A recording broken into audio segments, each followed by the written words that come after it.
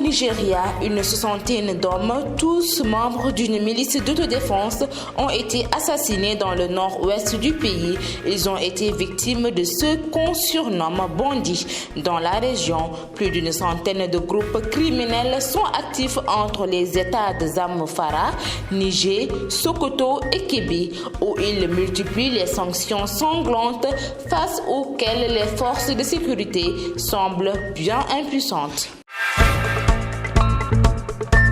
Le président Joe Biden a annoncé mardi avoir ordonné un embargo sur les importations américaines de pétrole et de gaz russe afin d'alourdir les sanctions imposées à la Russie et porter un nouveau coup puissant à Poutine. Cette décision a été prise en coordination étroite avec les alliés des États-Unis, a-t-il précisé. Nous ne contribuerons pas à subventionner la guerre de Poutine.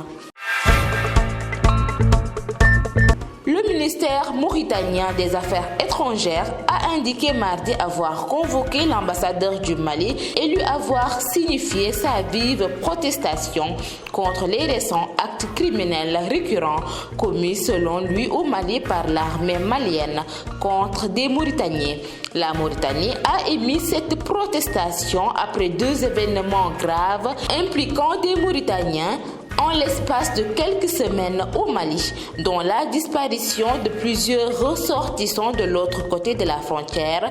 dans des circonstances encore obscures il y a quelques jours. Mesdames et messieurs, c'en est tout pour l'actualité internationale.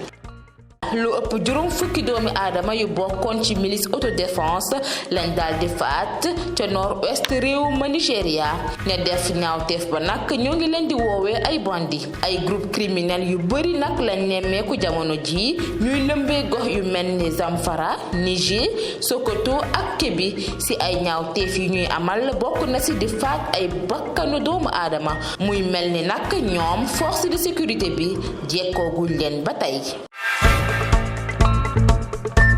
Président américain bi di Joe Biden daal dina yëgle démb ci talaata gii ne dina dakkal importation si lu jëm ci pétrole ak gaz bu réew mu Russie loolu nag daf ko dogal ngir mën a gën a sanctionné naataangoom bi di Poutine ci guerre bi mu amal ci Ukraine. Président américain bi nag dogal boobu daf ci ànd ak yeneen réew yi lëkkaloo ak réewum États-Unis moom Joe Biden moo ngi xamle ni du mës a jàppale Poutine ci li nga xamante ne sumb na ko ngir congu réew ma Ukraine.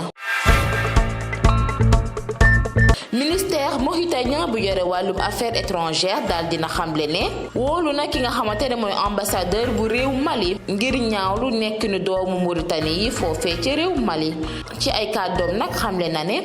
ñi leen di teg ñaawteef yooyee mooy l'armée malienne bi li gën a tax protestation ya nag mooy ñaari xew-xew yi amoon te ay Mauritaniens daal di ci réer ci ay anam yu leeragul ba tey mbokk yi tey lii moo nekkoon seen xibaaru bitim réew.